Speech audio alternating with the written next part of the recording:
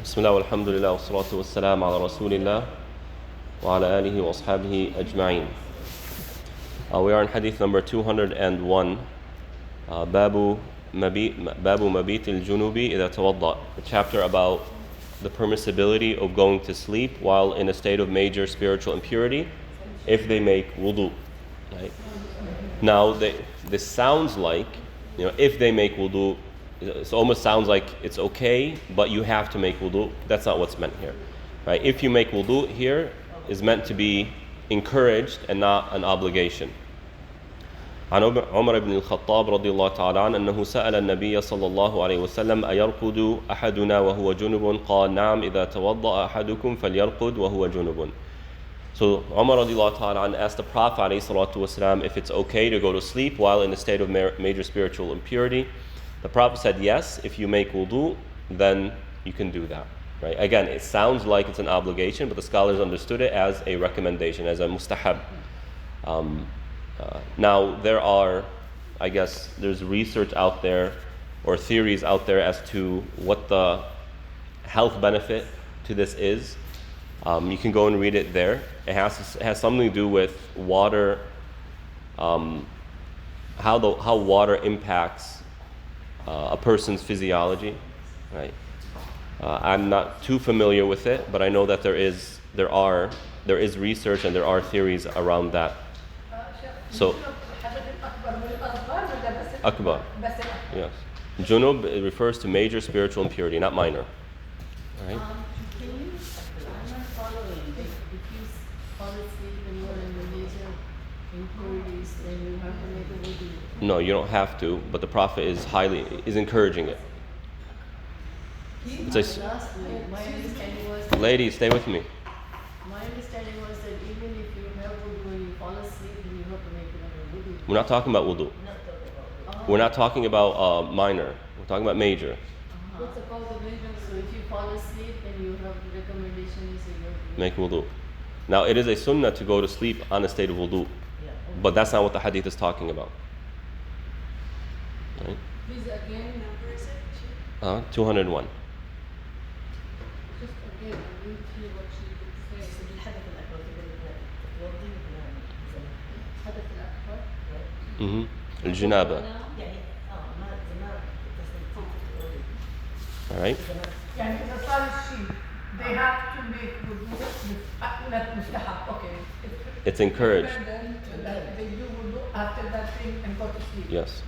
Okay. Even though they cannot pray, but they still go to sleep. Yes. Okay. Why? What's the point of it if it's not? You can't make. It's not removing a major spiritual impurity. It has to. I don't know. It has something to do with rejuvenating the strength of the body. Right? Again, there's research and there are theories out there. The classical scholars have mentioned this. There's something about putting water on the body after intimacy that helps revitalize the body, rejuvenate the body. Right? This is what I read. I haven't dived into it, but this is what I've read. No. It's recommendation. All right. I'm going to skip the next hadith 202, because now Kitabul Hayd. Are you all okay with going over this?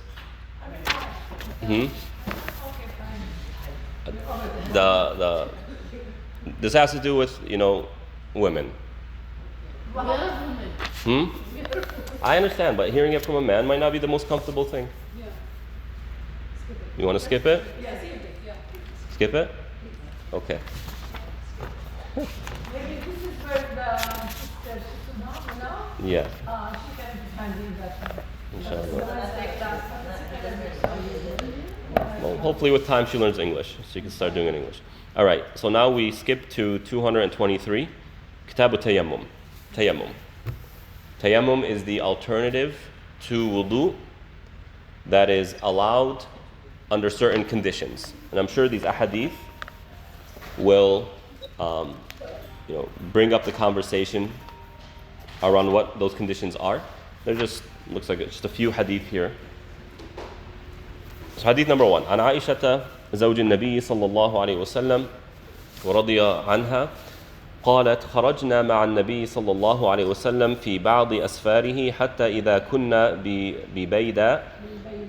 بالبيداء أو بذات الجيش انقطع عقد لي فأقام رسول الله صلى الله عليه وسلم على التماسه وأقام الناس معه وليسوا على ماء فأتى الناس إلى أبي بكر رضي الله تعالى عنه فقالوا ألا ترى ما صنعت عائشة. So here Aisha رضي الله تعالى عنها is saying that she was with the Prophet on a particular travel, right? And she mentioned the location they were in, called Bil-Bayda. Al-Bayda is a geographical location, a place, or Al-Jaysh, Bidat Al-Jaysh. I know, but because there's Al-Ta'rif, it's a definite article. It means it's a particular place, right? Or Bidat Al-Jaysh, another place called That Al-Jaysh, the place of armies, whatever. Her necklace fell off of her. It broke and she lost her necklace. So Aisha realized, I lost my necklace, so she told the Prophet, and then the Prophet had people look for it. All right? So everybody now, the entire group or army is looking for the necklace of Aisha radiallahu ta'ala anha. And this was frustrating because they didn't have water. Right? The last thing you want to do is sit under the sun looking for what? Looking for this necklace. And people are now becoming increasingly dehydrated and they're not getting closer to a source of water. And you also have Salah coming up. So people started to complain to Abu Bakr. Look what Aisha did. Look what your daughter did. Right? فقامت برسول الله صلى الله عليه وسلم والناس وليسوا على ماء فقامت برسول الله صلى الله عليه وسلم والناس وليسوا على ماء وليس معهم ماء. So again, she expressed the fact that nobody had water. فجاء أبو بكر رضي الله تعالى عنه رسول الله صلى الله عليه وسلم ورسول الله صلى الله عليه وسلم واضع رأسه على فخذي قد نام فقال حبست رسول الله صلى الله عليه وسلم والناس وليسوا على ماء. So Aisha was sitting there. The Prophet fell asleep in her lap. The Prophet fell asleep in her lap, and Abu Bakr entered, the tent. And Abu Bakr expressed his frustration to Aisha and said, everybody's upset now. We don't have water because they're looking for your necklace. Pretty normal, I think, reaction by Abu Bakr. I think any one of us would have done it. وَجَعَلَ يَطْعَنُنِي بِيَدِهِ فِي حَاضِرَتِي. So he started to poke her in her waist, right, in this area. فَلَا يَمْنَعُنِي مِنَ التَّحَرُّكِ إِلَّا مَكَانَ رَسُولِ اللَّهِ صلى الله عليه وسلم على فخذي. And she said, I didn't move because I didn't want to wake up the Prophet عليه الصلاة والسلام. So her dad is poking her. She's the one that moved because she doesn't want to wake up Rasulullah. فقام رسول الله صلى الله عليه وسلم حين أصبح على غير ماء فأنزل الله آية التيمم فتيمموا. So the Prophet woke up. In another narration, he tells Abu Bakr, stop doing that. Right? But here, she skips that, or this hadith skips that part and says, the Prophet woke up, didn't have water, so Allah revealed the ayah about tayammum. Right? So they performed tayammum. فقال أسيد بن حضير الحضير ما هي بأول بركتكم يا آل أبي بكر. قالت فبعثنا البعير الذي كنت عليه فأصبنا العقد تحته. So one of the companions said, this isn't the first of your barakat, the first of your blessings or good things that come as a result of the family of Abu Bakr. Right? So this companion understood that because of the situation, something came to them that is a gift, a blessing from Allah. So they ended up finding the necklace as well. What are some of the lessons here? Here it doesn't teach us how to perform tayammum. It just teaches us the origins of tayammum, how it came about. And it came about through a situation that was initially perceived as bad, negative, inconvenient, but turned out to be a blessing. All right? And we should appreciate the following. I mean, the Prophet, Allah subhanahu wa ta'ala could have revealed this without this scenario. Right? It could have happened without the scenario. But it seems like the scenario was a prelude to it happening. So it's almost as though it's qadr of Allah, that Aisha, it is the qadr of Allah that Aisha lost her necklace so that they get into this situation where they need to pray, but they don't have wudu, they don't have water to perform wudu. What do we do now? So Allah reveals it. Right? And again, we appreciate that it could have been revealed without this happening. So what is the point of it happening? Like why didn't Allah just reveal it? Why did He make this happen to reveal it? Right? Well, number one, it's a lesson, a major lesson that when things happen, things that happen outside of our hands. Let's be very clear here. Qadar of Allah, we say this is qadar of Allah when it's beyond my control. When I make a decision and I made a poor decision, or I was lazy, or, yeah, everything's under Allah's qadar, but I can't say, it's not my fault. You see what I mean here? Here, Aisha didn't intentionally lose her necklace. It broke without her noticing. I mean, I'm sure you've all experienced something, jewelry falls off. You didn't know, right? So to appreciate that when Allah's qadar happens, it's always for something good. Allah never takes, right? He doesn't take from you. That's not Allah's role with His creation. He didn't create us to take from us. He created us to give us. And if Allah takes from someone as a punishment, that's one thing. But for the believers, when Allah takes from them, He does it for what? To give them something better. Right? To give them something better. And even when Allah takes from someone as a punishment, the point isn't to punish, the point is to offer something else. It's upon that person to take or to reject it. Right? So when Allah punishes a criminal, right, that punishment is meant to play a function of, hey, take this more seriously, get yourself together. That's the point. Or else Allah did not create us just to punish us and this. He created us to give us. He's Al-Kareem, right? And while one of Allah's names is Al-Mani', that's a positive name. It's min asma' al-husna. It's one of His beautiful names. It's meant to be beautiful. When Allah restricts something from you, it's meant for your good, right?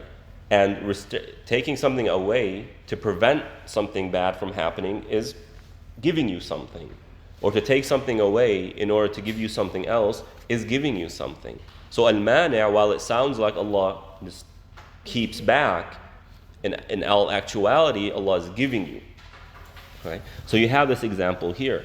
Now, we have, our religion is that much easier because of this incident. But all the people were frustrated and they were mad. And even her father was upset. He was upset because she held the Prophet back. Right? That's how he saw it.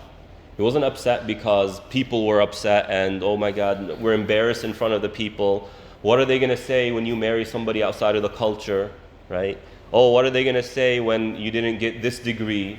You only got that degree, which unfortunately our cultures are so conscious of. Right? That's not what he did. He said, Rasulullah has a mission, you're stopping him from that mission because of a necklace. Let it go, right? So that's the origin of tayammum. عن جابر بن عبد الله رضي الله تعالى عنه أن النبي صلى الله عليه وسلم قال أعطيت خمسا لم يعطهن أحد قبلي. So here the Prophet says that I was given 5 things no other person was given before. And the context of this hadith is no other Prophet was given before. So there are 5 things the Prophet was given by Allah that is unique to the Prophet عليه الصلاة والسلام. Number 1, نصرت بالرعب مسيرة شهر. The Prophet was assisted by Allah by putting fear in the hearts of his enemies 1 month before the Prophet ever meets them. Okay, how does this work? So back then, the armies, they would travel long distances, sometimes for months, right? So imagine the Prophet is traveling somewhere to meet, let's say, an army. When there's 1 month left for the army of the Prophet to reach the enemy, that enemy will already start experiencing fear, right? Is this the book? Is this the book? No, this is in general, in all things. but في معركة in specific الرسول عليه الصلاة والسلام نصر فيها بالرعب. Hunayn. Tabuk, there was no fighting happened in Tabuk. Yeah. But Hunayn. Right.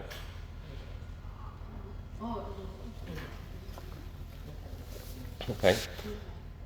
So that's for the Prophet. Now for us, obviously we're not going to have this, right? That's for Rasulullah alayhi salatu wasalam. But when Allah assists the believers, He sometimes does it by putting fear in the hearts of the other people, making them afraid, right? And you never know it. You don't know it unless they come and tell you.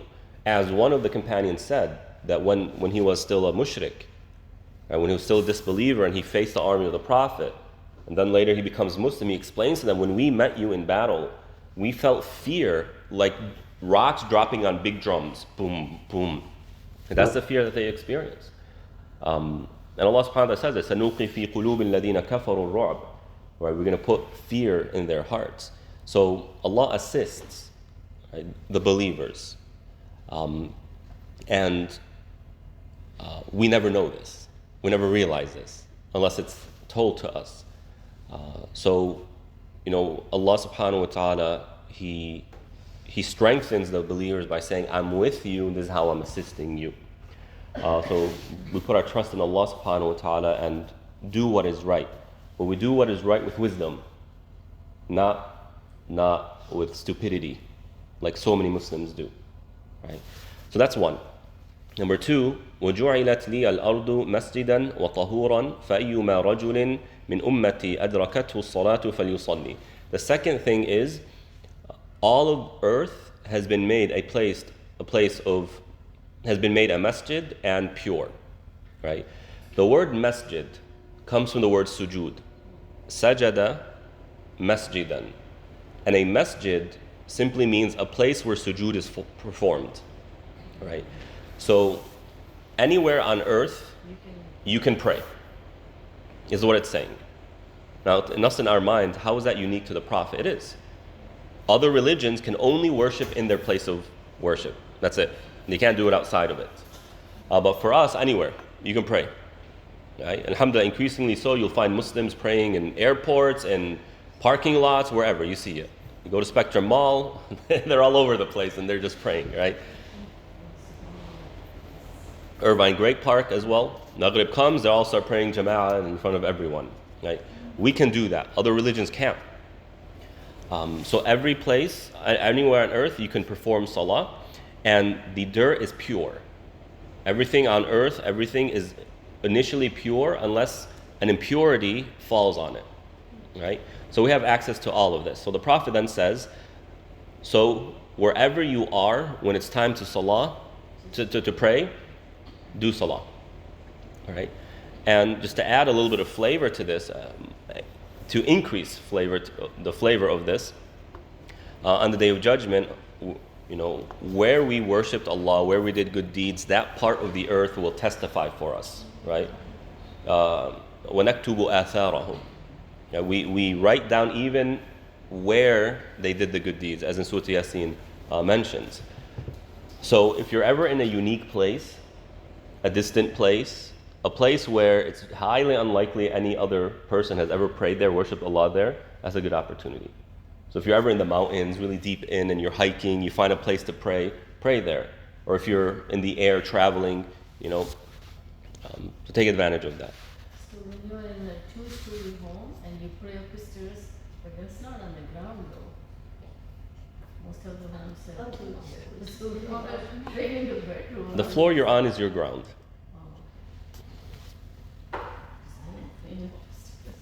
Now, another part of the meaning of tahur, that the earth is pure, is that you can use the earth to purify yourself. Right? This is why this hadith is in the chapter about tayammum. Right? So, dirt is tahur. It's not just pure, because if what's the meaning was just pure, it would have been جُعِلَتْ لِيَ الْأَرْضُ مَسْجِدًا وَطَاهِرًا. Right? But here it says tahur, meaning it purifies. So you can use dirt to purify yourself in the absence of water. Okay. So nobody has an excuse to say, oh, I can't pray here or there. And again, there are conditions that need to be met in order for tayammum to be valid. We'll get to that, inshallah. And then the number 3, وَأُحِلَّتْ لِيَ الْغَنَائِمُ وَلَمْ تَحِلَّ لِأَحَدٍ قَبْلِي. Ghanaim, spoils of war, has been made permissible for the Prophet, whereas the previous prophets, if they went to battle and they were victorious, they couldn't take the spoils. So the Prophet teaches us that Musa alayhi salam and his followers, or the Bani Israel, when they would be victorious in a battle, they would gather the spoils and then a fire would come from the sky and just burn it all. Right? Whereas for the believers, we're allowed to take that. And of course, there's a system of distributing it. And then number 4, وَأُعْطِيتُ الشَّفَاعَةِ, I was given intercession. The Prophet is allowed to intercede on behalf of his ummah. Not just the ummah, but humanity in general. So here, the shafa'ah isn't simply the Prophet asking or Allah giving the Prophet permission to intercede on the behalf of certain people. As far as I'm aware, all the Prophets will be able to do that. However, the shafa'ah here is referring to all of humanity, right? Intercession, right? So we know the very long hadith where on the Day of Judgment, humanity is waiting, and then they kind of get restless, and so they go to Adam and say, Adam, ask Allah to start the Day of Judgment. Adam says, it's not me, and then until they get to the Prophet, and the Prophet says, that's for me, right? This is the shafa'ah we're talking about. And then number 5, وكان النبي يبعث إلى قومه خاصة وبعثت إلى الناس عامة. Mustafa then.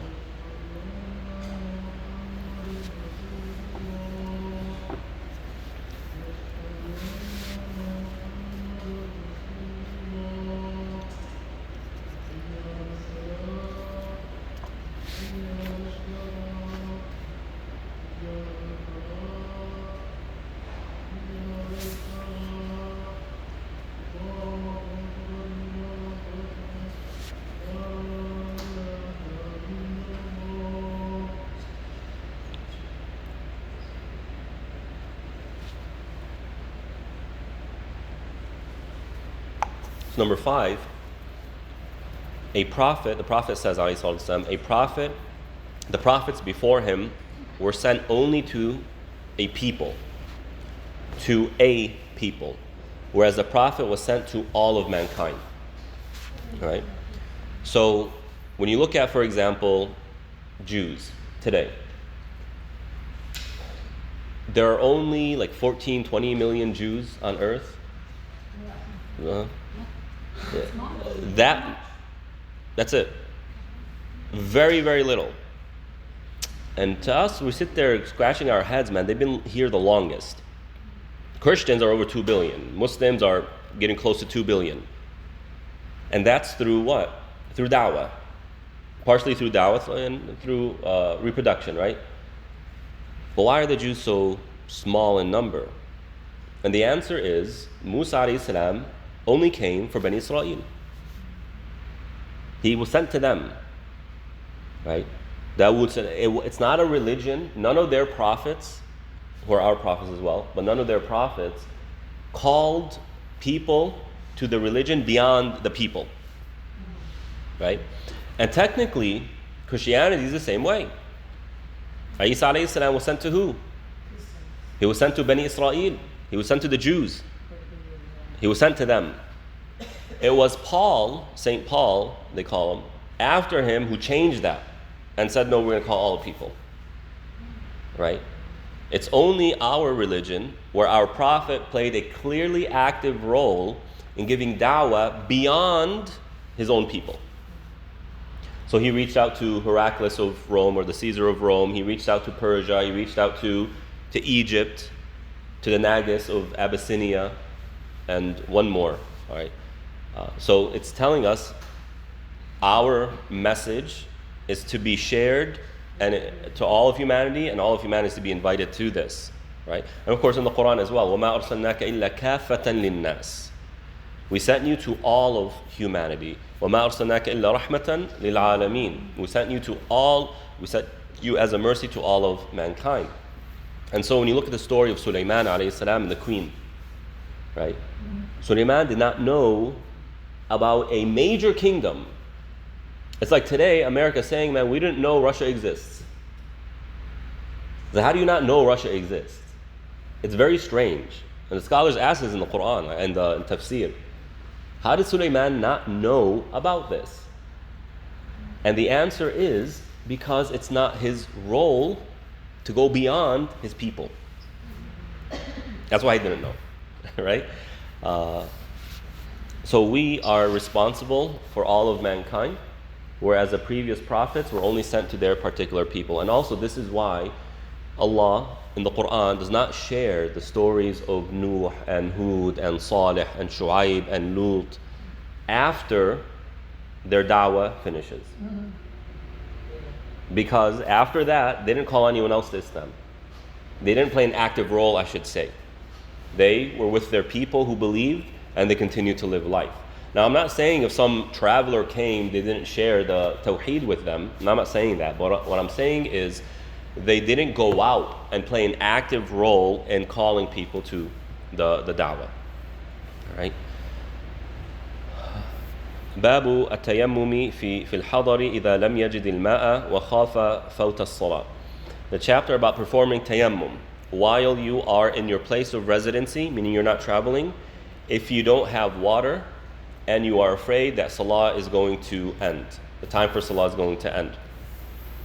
عن أبي جهيم ابن الحارث الأنصاري رضي الله تعالى عنه قال أقبل النبي صلى الله عليه وسلم من نحو بئر جمل فلقيه رجل فسلم عليه فلم يرد عليه النبي صلى الله عليه وسلم السلام حتى أقبل على الجدار فمسح بوجهه ويديه ثم رد عليه السلام.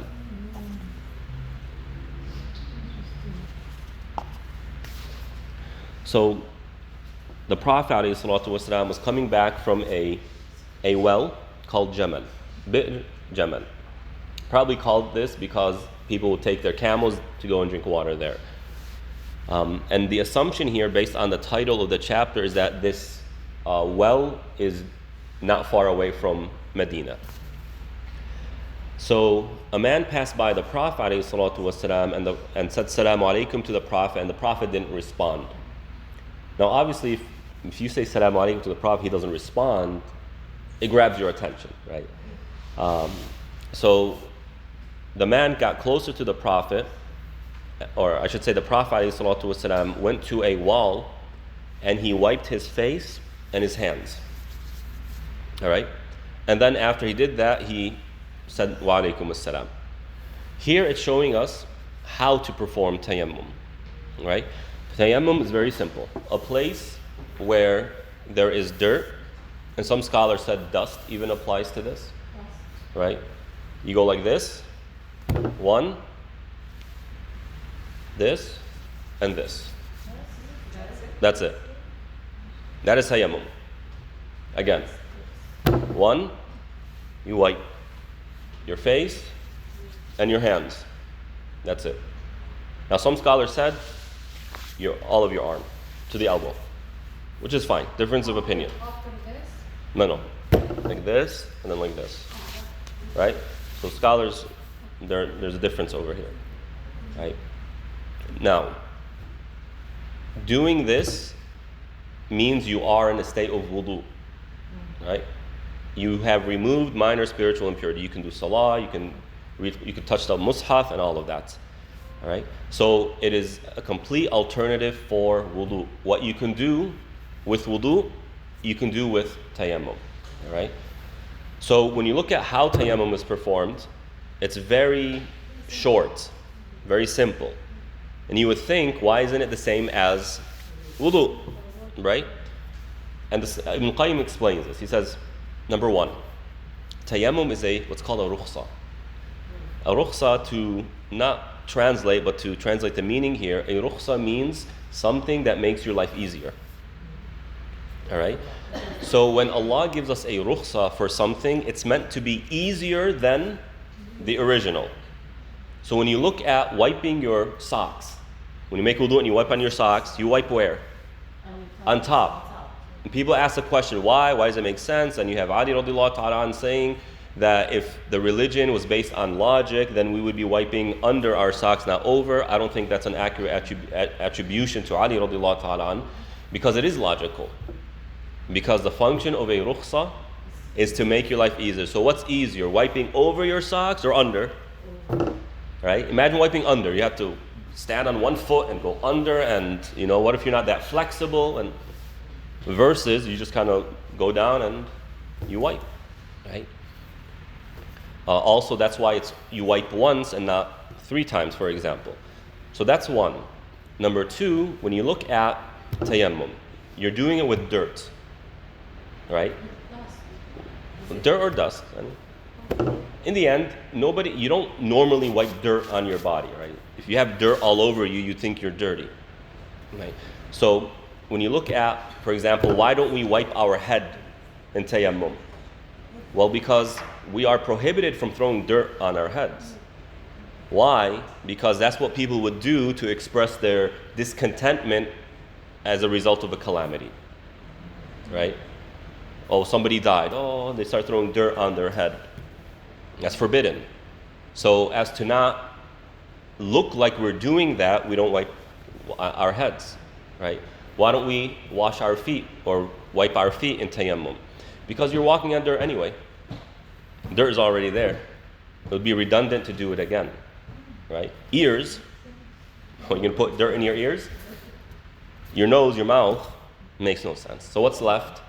Face and the arms. That's it, all right? Totally. You said that we can do it like this. Already there's no dust on my hand. Like a little bit. Already my hand is empty when I put it on my face. So if I put it on my ears. No, you do this. You hit the dirt, and then you wipe your face. I know. Okay. Because I heard that we can do it also on the wall. Yeah, if the wall has dust on it. يعني wall from بيجي نعمل من الطين. So there needs to be some substance. It can't be air. Some scholars even said it can only be dirt. You can't do it on dust. Right?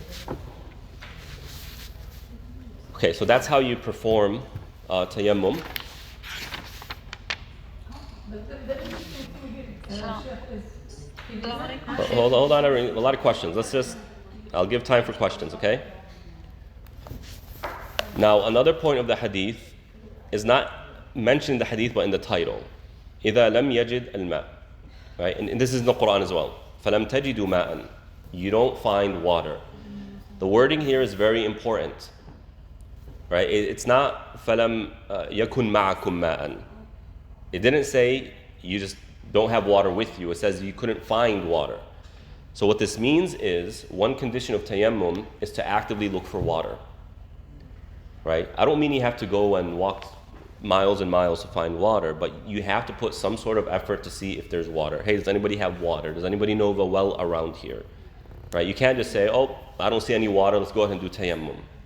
All right? So that's one. There needs to be at least there needs to be an attempt to find water. Number two, there is no water, right? What constitutes no water? Let's say, I'm walking in a mall and I don't have a bottle of water with me. Does that constitute not having water? Absolutely not, because there are bathrooms everywhere, right?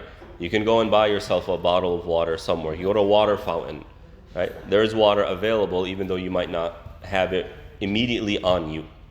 So the scholars said there needs to be a reasonable distance between you and the next source of water.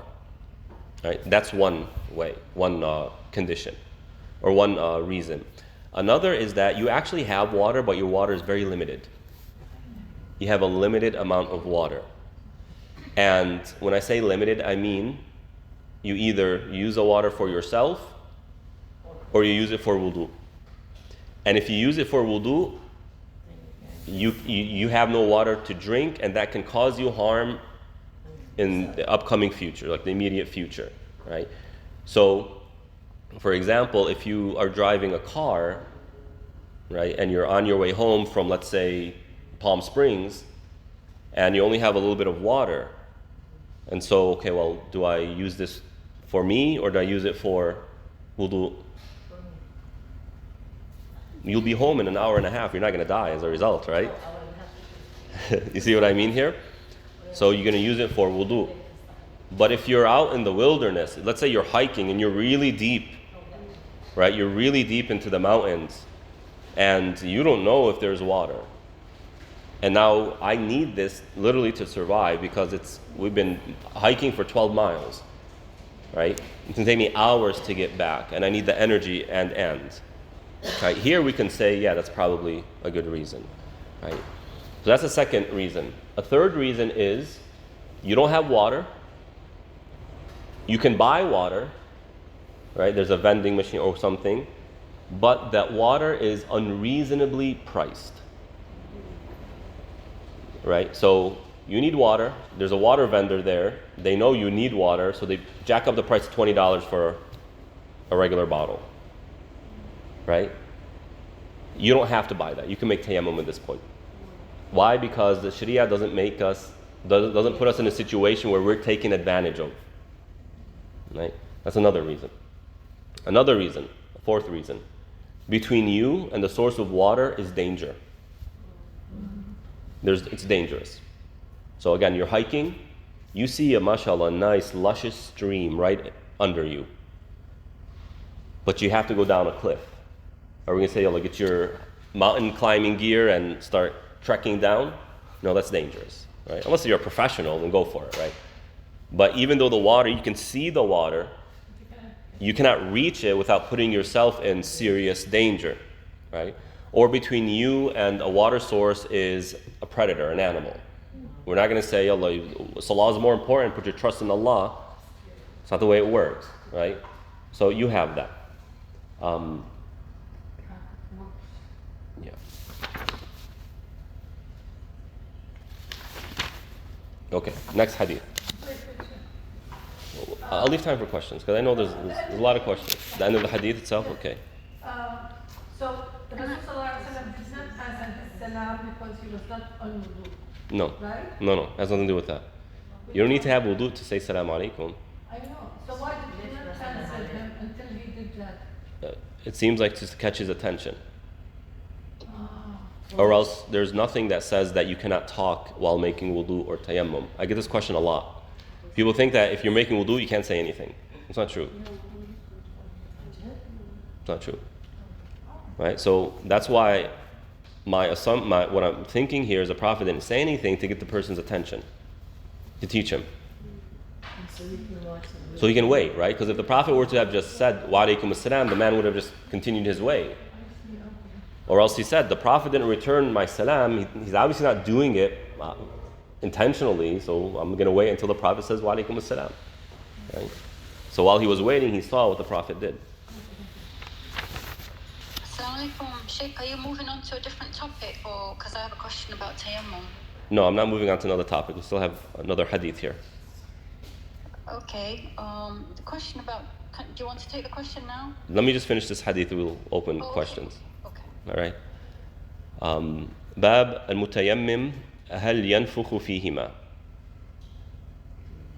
Right, the chapter about the one who's performing tayammum, should he blow between the two actions? See, عن عمار بن ياسر رضي الله تعالى عنه أنه قال لعمر بن الخطاب رضي الله تعالى عنه أما تذكر أن كنا في سفر أنا وأنت فأما أنت فلم تصلي وأما أنا فتمعكت فصليت فذكرت ذلك للنبي صلى الله عليه وسلم فقال النبي صلى الله عليه وسلم إنما كان يكفيك هكذا فضرب بكفيه الأرض ونفخ فيهما ثم مسح بهما وجهه وكفيه. So here Ammar ibn Yasir رضي الله تعالى عنه said that he was traveling with Umar رضي الله تعالى عنه. The Prophet wasn't there. and they didn't have water for wudu, right? This is, and they were both in a state of major spiritual impurity. So they were in a state of janaba, not in a state of regular hadath. So they didn't know what to do, because they didn't know that you can perform tayammum also as an alternative for ghusl. So if you're traveling and you don't have water, or even if you're not traveling, you don't have water and you are in a state of major spiritual impurity, tayammum is an alternative for ghusl as well, as it is an alternative for wudu under the same conditions. So Umar and Ammar didn't know what to do. So Umar just didn't pray.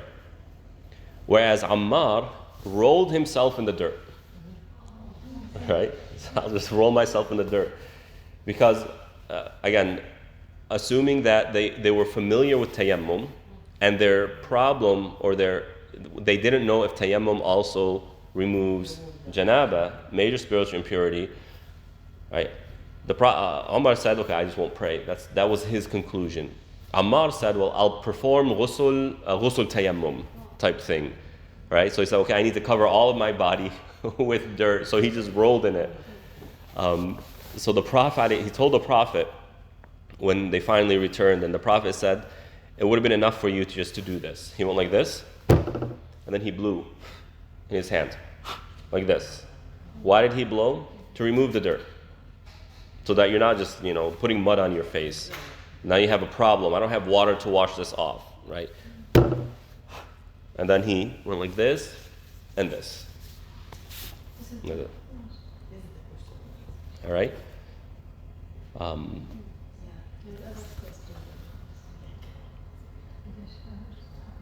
Okay, the next hadith is pretty long, so I'll go ahead and stop here.